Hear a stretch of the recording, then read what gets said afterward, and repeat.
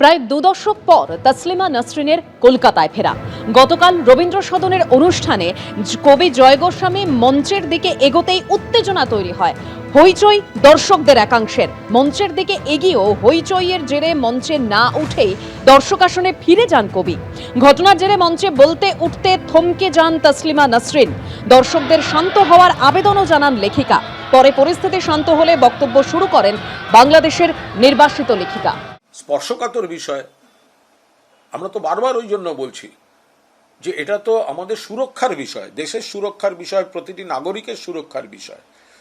তাহলে এই জঙ্গি যদি বাইরে থেকে এসে থাকে তাহলে ঢুকছে কি করে দেশে?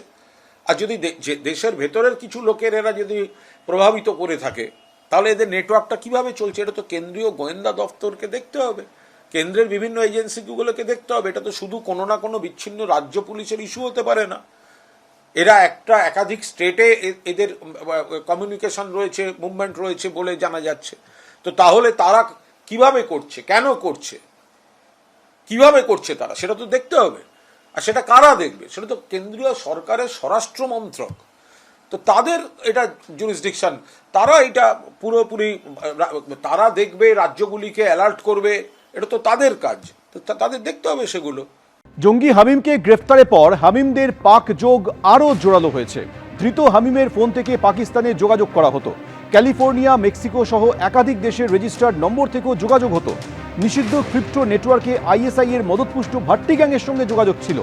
এলিমেন্ট এক্স চ্যাটিং অ্যাপে কথা হতো। ইউজার কোড ছিল 333। এসটিএফের হাতে চাঞ্চল্যকর তথ্য।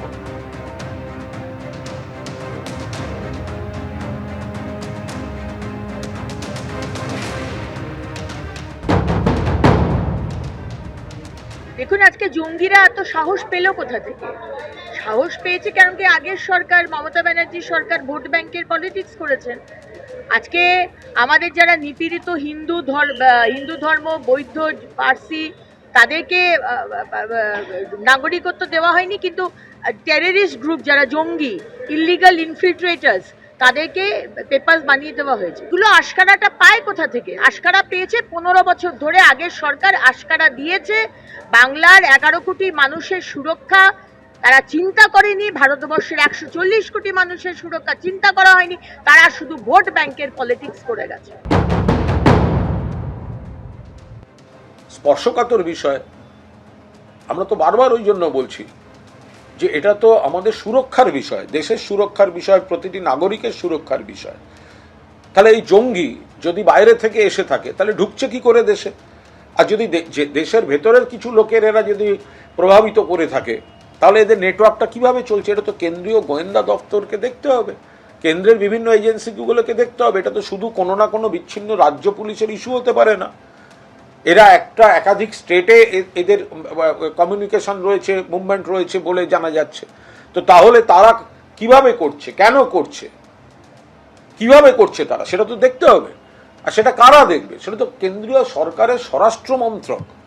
তো তাদের এটা জুরিসডিকশন, তারা এটা পুরোপুরি তারা দেখবে, রাজ্যগুলিকে অ্যালার্ট করবে, এটা তো তাদের কাজ। তো তাদের দেখতে হবে সেগুলো। এবিপি আনন্দ, এগিয়ে থাকে, এগিয়ে রাখে।